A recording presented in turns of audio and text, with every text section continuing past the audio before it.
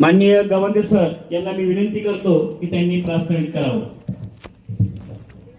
आजच्या या प्रजासत्ताक दिनाच्या कार्यक्रमाच्या निमित्तानं उपस्थित आपल्या सर्वांचे सन्मित्र आणि या बदगी गावचे जावाई मॅक्सटेर उद्योग समूह, ज्यांचं महाराष्ट्रामध्ये फार मोठं नाव आहे, या उद्योग समूहाच्या मालक आदरणीय सचिनभाऊ नरवडे, या गावातील ग्रामस्थ, पाहुणे मंडळी, माता, बंधू आणि भगिनींनो, या ठिकाणी उपस्थित वेगवेगळ्या संस्थांचे पदाधिकारी, सर्वांचा नामोल्लेख करणं गरजेचं आहे, परंतु थोडंसं वेळेचं भान ठेवून मी आपला क्षमा मागतो.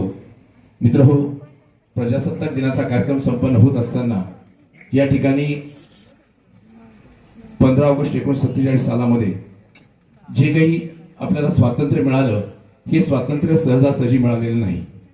हे स्वातंत्र्य मिळत असताना 150 वर्षाचा जो प्रदीर्घ अशा प्रकारचा संघर्ष त्या काळातील क्रांतिवीरांनी जो मांडला, त्यांच्या रक्तातून, त्यांच्या त्यागातून हे स्वातंत्र्य मिळाले आहे.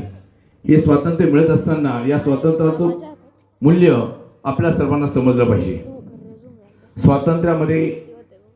स्वातंत्र्य मिळाल्यानंतर या देश कसा चालवायचा, अशा प्रकारचा समस्या ज्यावेळेस निर्माण झाली, त्यावेळेस या भारतीय संविधानाची स्थापना करण्यात आली, संविधान मंडळाची स्थापना करण्यात आली. आणि खऱ्या अर्थानं 26 जानेवारी 1950 मध्ये आपला भारत देश प्रजासत्ताक बनला, म्हणजेच आपण आपला देश चालवण्यास समर्थ बनलो.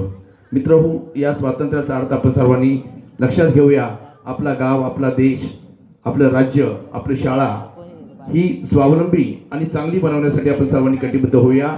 या प्रजासत्ताक दिनाच्या निमित्तानं आलेल्या सर्व मान्यवरांना, माझ्या विद्यार्थ्यांना, माझ्या सर्व सहकारी शिक्षक वृंदाला, ग्रामस्थांना मनापासून प्रजासत्ताक दिनाच्या मी शुभेच्छा देतो आणि माझं प्रास्ताविक संपवतो. जय हिंद, जय महाराष्ट्र.